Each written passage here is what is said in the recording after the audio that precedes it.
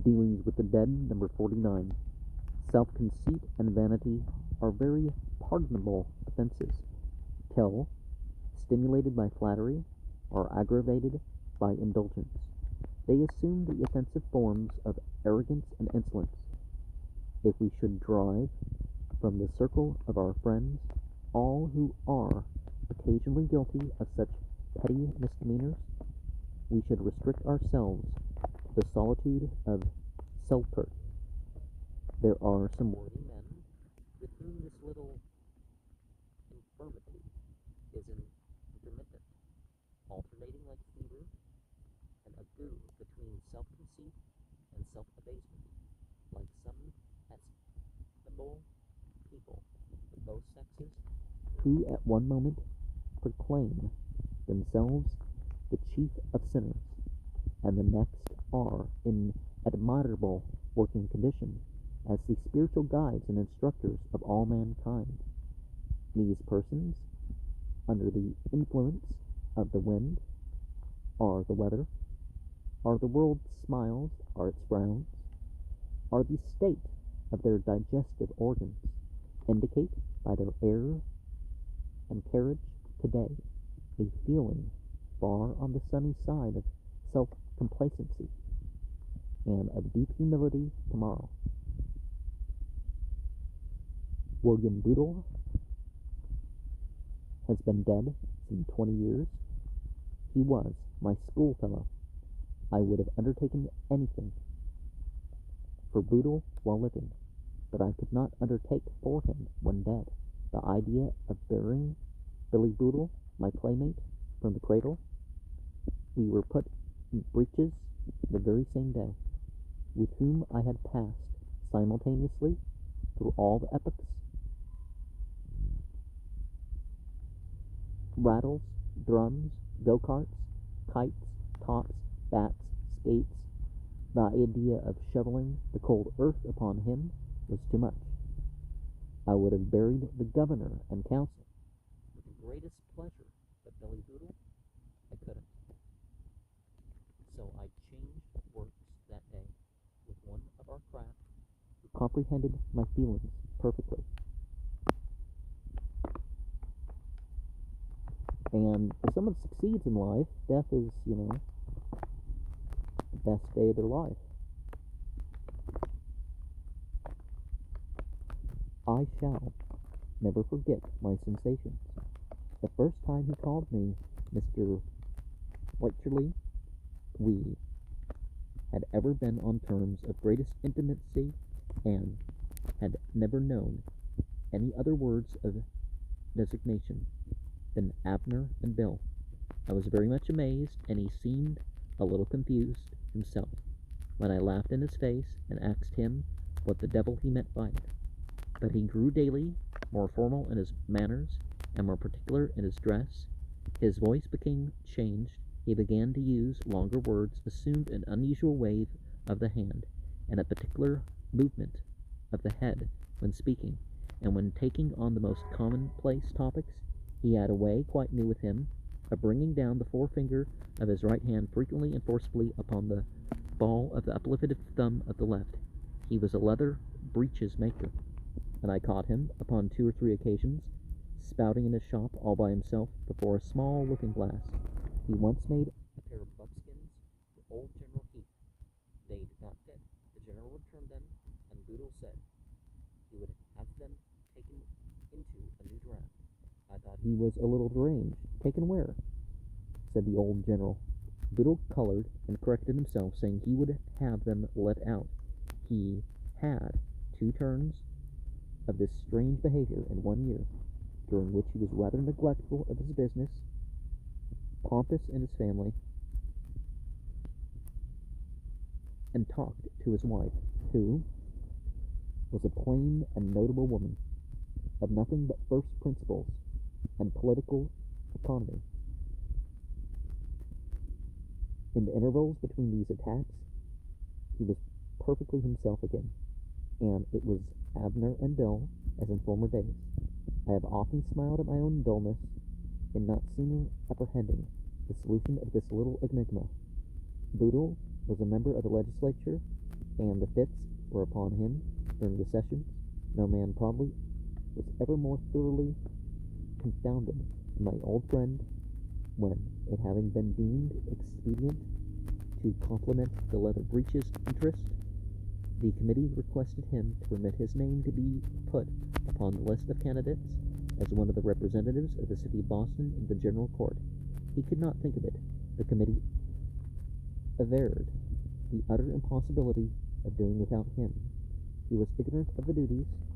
They could be learned in half a day. He was without education, the very thing, a self-taught man. He consented. How much more easily we are persuaded to be great men than to be Christians. There is but a step from a conscious insignificancy to the loftiest pretension. Buddha was elected and awoke the next morning, less surprised by the event than the extraordinary fact that his talents had been overlooked so long. He spoiled 3 good skins that day from sheer absence of mind. However disposed we may be to laugh at the errors of men who so entirely misapprehend themselves and their constituents, our laughter should be tempered with charity. They are not honestly told that they are wanted only as make-weights to keep in file, to follow, and suit the register and edict, and their vanity is pardonable in the ratio of that ignorance of themselves, which leads them to rely so implicitly upon the testimony of others. Comparative menstruation is a very popular process, and a very comforting process for all who have made small progress in self-knowledge. And this category comprehends all, but a very small minority. There are a few, I doubt not, who think humbly of themselves, but there are very few indeed who cannot perceive in themselves are their possessions some one or more points of imaginary superiority over their fellows. This is an inexpensive mode of enjoying oneself, and I cannot see the wisdom or wit of disturbing the self-complacency of any one upon such an occasion, unless the delusion is of vital importance to somebody. What if your neighbor prefers his Dutch domicile, with its overhanging gable, to your classic chateau, or sees more to admire in his broad-faced squab of a wife than in your faultless Helen, or vaunts the superiority of his short-legged cob over your famous blood horse? Let him. Such things should be passed with great forbearance, were it only for the innocent amusement they afford us. So far, however, is this from the ordinary mode of treating them, that I am compelled to believe vanity is often more apt than criminality to excite our irritable principle, and stimulate the spirit of resentment. I have known some worthy men, generous and humane, whose very grit has rendered them exceedingly unpopular.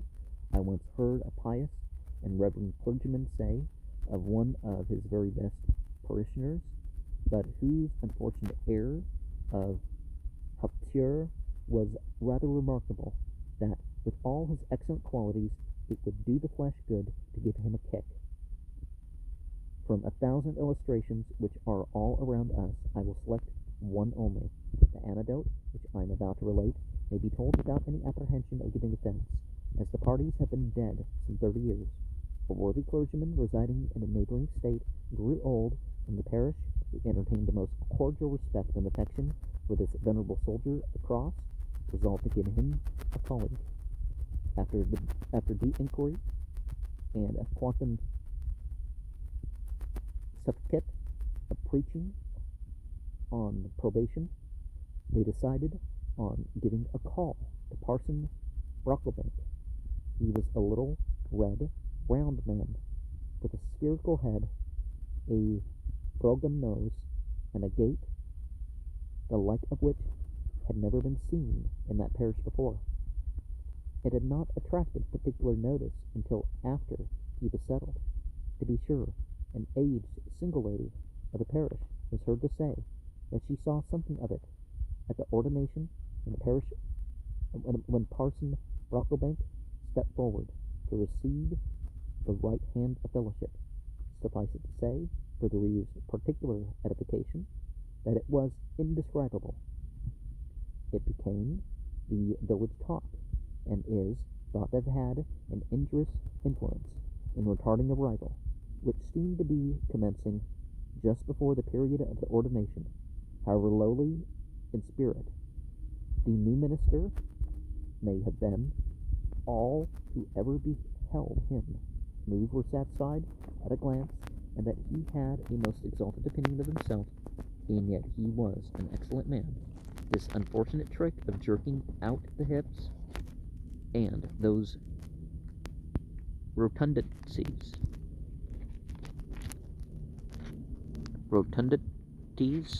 of flesh connected therewith, however it might have originated in pride, that busy sin, had become with Parson Brocklebank an unchangeable habit. We often see it a slight degree, but as it existed in his particular case, it was a thing not known among men. I think I have seen it among women. Dr. Johnson would have called it a fundamental undulation, elaborated by the ostentatious workings of a pompous spirit. Whatever it was fatal to the peace and prosperity of that parish. Everyone talked about it. The young laughed at it. The old mourned over it. The middle-aged were vexed by it. Boys and girls were whipped for imitating it. Children were forbidden to look at it, for fear of their catching it. The very dogs were said to have barked at it. The parish began to dissolve. Scene B. The deacons waited upon their old clergyman, Father Peabody, and the following colloquy ensued. We're in a bad way, Father Peabody, and if folks keep going off, so we don't see how we shall be able to pay the salaries, dismiss me. I am of little use now. No, Father Peabody. While there's a potato in this parish, we'll share it together. We called for advice. Ever since Parson Brocklebank was settled, the parish has been going to places. What is the cause of it? The shrewd old man shook his head and smiled. Parson Brocklebank is a good man, Father Peabody. Excellent, sound doctrine. Very amazing, ready at short notice. Very great at clearing a knotty passage. Very. We think of him a very pious Christian. Very. In the parochial relation, he is very acceptable. Very. I hear he has a winning way, and always has candy or gingerbread in his pockets for the children, which helps the word greatly with the little ones. Well, nearly half our people are dissatisfied, and have left or will leave soon. What is the cause of it, Father Peabody? I will tell you. It's owing to no other cause under the sun than that wriggle of Brother Brocklebank's behind.